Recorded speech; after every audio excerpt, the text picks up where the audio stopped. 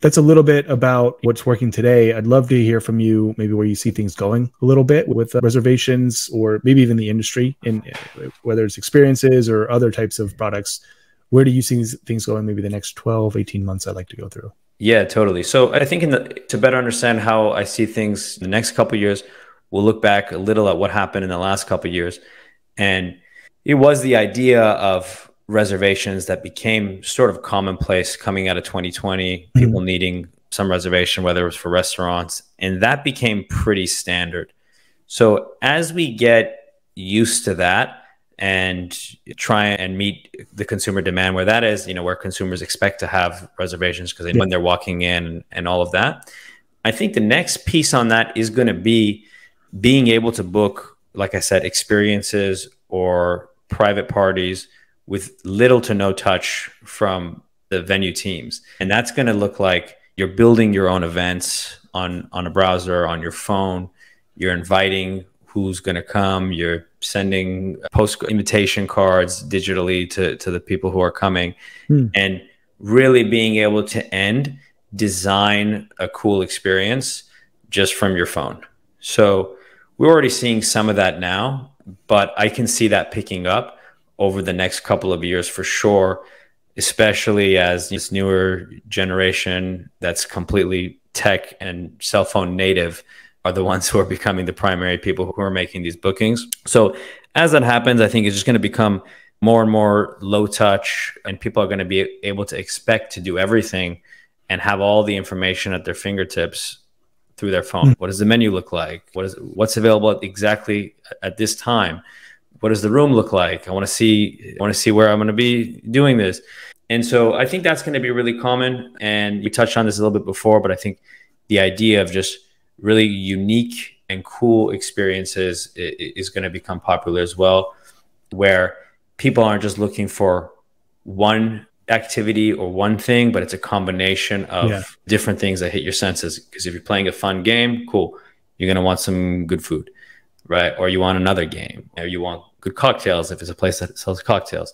So this kind of combination of things, I think, is going to become more popular for the next couple of years as well. Yeah, no, I tend to agree. The one thing you brought up that I think is, I've always questioned, or at least I wonder how you approach it, is somewhat of this trade-off of the simple booking, like you book a lane or 2 lanes, 5, 6 people, whatever, versus the more involved party. You're talking about designing on your phone. It seems like there's somewhat of a trade-off. Like the simple, more basic package you do, it's easy to book. It's very straight line, just book here, done. Whereas creating that starts to add some complexity, especially from the software perspective. How do you guys work through that to where it feels just as easy on the more complicated one than it does on the just book a lane kind of? Yeah, totally. So this kind of goes back to my background as a product designer. So we try and work tirelessly to make sure it's as smooth as possible. From the venue side, what I would say is have both options, right? Have them side by side. One's a one click, you click and you book. The other's build your own party, right? Have them on top of each other and see what works, right? Yeah. And so this goes back to what we talked about earlier, which was like experimentation. We don't really know. Each market is different. Each center has different clientele that they're working with. So there isn't a one size fits all. So try both. Try something that's, hey, straightforward reservations, 2 clicks to check out, and then try one that's a build your party and you can customize and then see what happens. I mean, typically the ones that are going to take a little bit longer and might have lower conversions, they're going to be higher value, right? You might be getting 2 or 3x the revenue on one of these packages. So it might be worth it to definitely try that out and see how it takes. Yeah. So, and I mean, I asked that because there's, like we talked about, there's a lot of different options out there for these reservation softwares. And it seems like some tend to optimize more for the upsells and the ability to customize and make all these things. But then they're a lot more difficult to use for the end user. Whereas some of them optimize the other way, where it's like click here and click there and it's done, but that's all it can do. It can't do anything else. So no choice. It's almost like, I always compared to like golf clubs. It's like one's your driver, one's your putter, but how do you create something that can do both is the hard part, right? Yeah. I like to think that we're kind of on our way there. For us, like I said, we started really focused on the design side, and then we're really careful about the different options that we introduce. And we want to make sure that it's seamless, that it works. And we always want to check when we introduce new things, how are the conversions doing? Are they still doing well?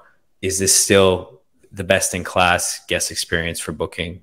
If it doesn't meet that criteria, we're just simply not going to launch it. So it might take a little bit more time for some of these things to come out, but we want to be really careful and thoughtful about all these features that we introduce to make sure, hey, no matter what we do, it's guest focused. That's always top of mind.